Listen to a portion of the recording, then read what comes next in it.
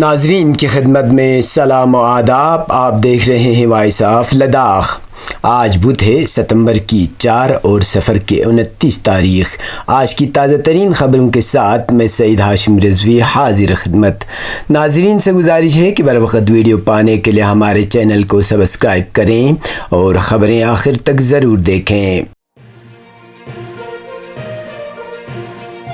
آپ دیکھ رہے ہیں آپ کا پسندیدہ news channel voice of Ladakh.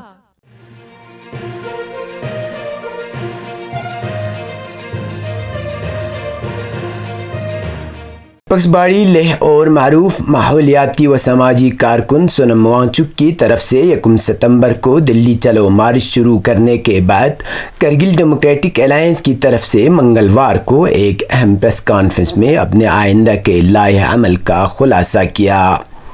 Media سے خطاب کرتے ہوئے دونوں کو چیئرمینوں نے اپنے 4 نکاتی موقف کو دہراتے ہوئے بتایا کہ اپیکس باڑی لیہ اور KDA کرگل اپنے 4 مطالبات کو لے کر متحد ہیں اور ایک بار پھر مرکزی سرکار کو ان پر مذاکرات شروع کرنے کے لیے پرامن جمہوری احتجاجی مہم شروع کی ہے۔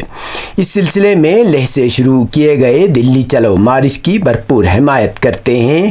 انہوں نے اعلان کیا کہ KDA کی طرف سے جمہوریت کی بحالی کاروان 27 ستمبر کو دلی کے لیے روانہ ہوگی، جو 1 اکتوبر کو دلی میں لیہ پد یاترا ٹیم میں شامل ہوگی، اور متحدہ لداخی احتجاجی کارواں 2 اکتوبر کو گاندھی جینتی کے موقع پر راج گھاٹ میں باپو کے سمادھی پر حاضری دے گی۔ پریس کانفرنس سے KDA کے کو چیئرمین قمر علی آخون اور حاجی اصغر علی کربلائی کے علاوہ معروف سماجی کارکن سجاد کرگلی نے بھی خطاب کیا۔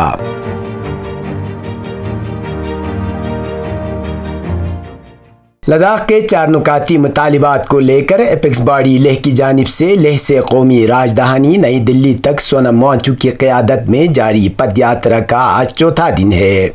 کل شام پد یاترا کا قافلہ گیا گاؤں پہنچے، جہاں گاؤں کے لوگوں نے ان کا پرتپاک استقبال کیا اور وہیں قیام پذیر ہوئے۔ آج صبح گیا گاؤں سے پد یاترا اپنے منزل کی طرف نکلے۔ اس موقع پر گاؤں کے بزرگوں نے پد یاترا کو جھنڈی دکھا کر روانہ کیا، جو آج دن کو نسبتاً کم مسافت طے کر کے قافلہ تغلنگ لا کے دامن میں قیام کریں گے اور کل 17,000 فٹ بلند تغلنگ لا کو عبور کریں گے۔ واضح رہے، ضلع لیہ سے یہ پد یاترا قومی راجدھانی نئی دلی تک لگ بھگ 1 مہینے کا سفر طے کر کے بابا قوم آن جہانی مہاتما گاندھی کے جنم دن پر KDA کے ساتھ مل کر راج گھاٹ پر حاضری دیں گے۔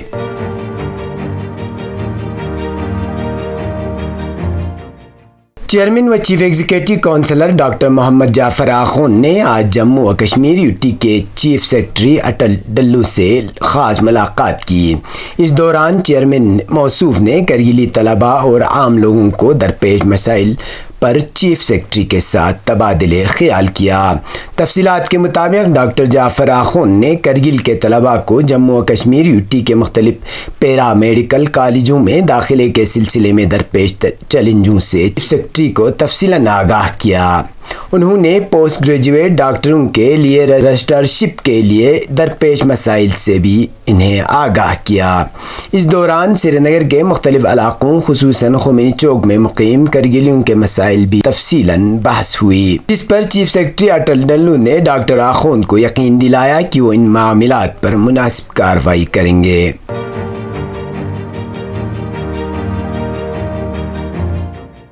Principal degree college Kargil doctor Amina Qari کی سبکدوشی پر ان کے اعزاز میں اسٹاف کی جانب سے ایک شاندار الوداعی تقریب کا اہتمام کیا گیا، جس کے بعد ڈاکٹر آمینہ قاری کو گاڑیوں کے قافلے کی شکل میں دراس میں ان کے رہائش گاہ پر لے جایا گیا، جہاں ان کی جانب سے پوری اسٹاف کو ضیافت کا اہتمام کیا گیا تھا، جس میں ڈگری کالج دراس کی اسٹاف بھی شامل ہوئے۔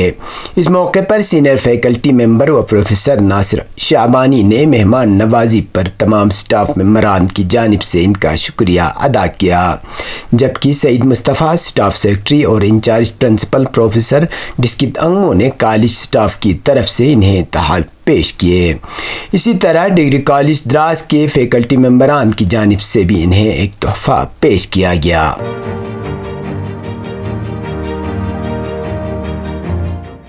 محکمہ انکم ٹیکس یوٹی لداخ نے ضلع کرگل میں اپنا پہلا ٹیکس دہندگان تک رسائی اور جانکاری پروگرام کا اہتمام کیا گیا، جس میں انکم ٹیکس کی چھوٹ کے دفعات کے بارے میں بیداری پیدا کرنے پر توجہ مرکوز کی گئی، جسے لداخ میں خاص کر ST/SC ٹرسٹ، سوسائٹیز، غیر سرکاری تنظیموں، خیراتی ہسپتالوں اور تعلیمی اداروں کو فائدہ پہنچے گا۔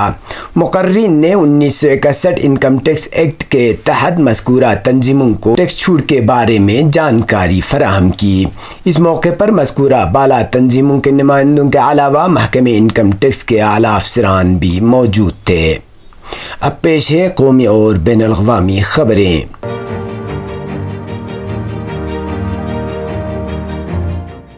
ذات پر مبنی مردم شماری کا معاملہ BJP کے گلے کی ہڈی بن گیا ہے، جو اس کے لیے اگلتے بن رہا ہے، نہیں نگلتے۔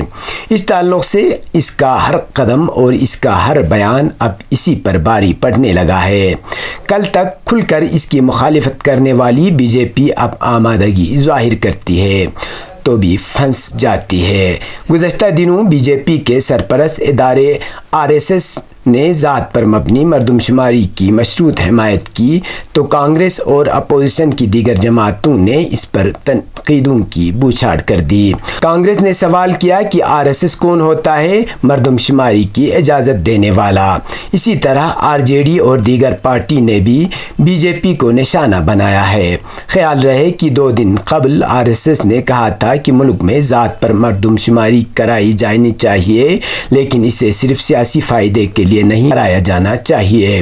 RSS کے اس بیان کے ایک دن بعد کانگریس نے منگل کو سوال کیا کہ اب جبکہ سنگھ کی طرف سے BJP کو ہری جھنڈی دکھا دی گئی ہے، کیا وزیر اعظم مودی کانگریس کی ایک اور ضمانت کو ہائی جیک کر کے ذات پر مبنی مردم شماری کرائیں گے؟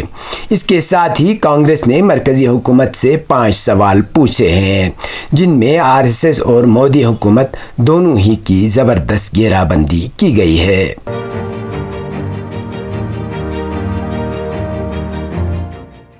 آج ایران سمیت دنیا بھر میں فرزند رسول حضرت امام علی الرضا علیہ السلام کی شہادت کا سوگ عقیدت و احترام کے ساتھ منایا جا رہا ہے۔ تفصیلات کے مطابق مشہد مقدس میں فرزند رسول حضرت امام علی الرضا علیہ السلام کے یوم شہادت کی مناسبت پر مخصوص شرکت کے لیے ایران کے دیگر شہروں اور قریوں کے علاوہ دوسرے ملکوں کے زائرین کی بڑی تعداد بھی مشہد مقدس پہنچی ہے۔ بارگاہ رضوی اور اس کے اطراف کی سڑکیں آپ کے سوگواروں اور زائرین سے بری ہوئی ہیں اور مقامی انجمنوں کا ایک لامتناہی سلسلہ ہے جو حرم رضوی کی جانب رواں دواں ہے۔ مشہد مقدس پہنچنے والے غیر ملکی زائرین میں پاکستان اور ہندوستان کے دسیوں ہزار زائرین بھی شامل ہیں۔ اربعین حسینی میں شرکت کے لیے کربلا معلی جانے والے پاکستان، افغانستان، ہندوستان اور بعض دیگر ممالک کے زائرین کی بڑی تعداد اس وقت مشہد مقدس میں موجود ہے۔ اس کے علاوہ عراق، شام، لبنان، آذربائیجان، ترکیہ، خلیج فارس کے خطے اور دیگر ملکوں کے زائرین بھی ہیں جو براہ راست فرزند رسول حضرت امام علی الرضا علیہ السلام کے یوم شہادت کی مخصوصی میں شرکت کے لیے مشہد پہنچے ہیں۔ مشہد اور اس کے قرب و نواح میں ہزاروں کی تعداد میں موکب اور سبیلیں امام عالی مقام کے زوار کی خدمت میں مصروف ہیں۔ سوگواروں کی بڑی تعداد نشاپور اور دیگر علاقوں سے پیدل مارچ کرتے ہوئے آقا امام رضا علیہ السلام کے شہر پہنچی ہے۔ گزشتہ شب حرم رضوی میں قدیمی روایت کے تحت خطبہ خوانی کا پروگرام بھی منعقد ہوا، جس میں صدر مملکت ڈاکٹر مسعود پزشکیان، پارلیمنٹ کے اسپیکر محمد باقر قالیباف اور سپاہ پاسداران کے کمانڈر جنرل حسین سلامی کے علاوہ دیگر اعلیٰ سول اور فوجی حکام نے بھی شرکت کی۔ یہ تھے اب تک کی خبریں، اسی کے ساتھ مجھے اور میرے ساتھیوں کو دیجیے اجازت۔ اللہ حافظ۔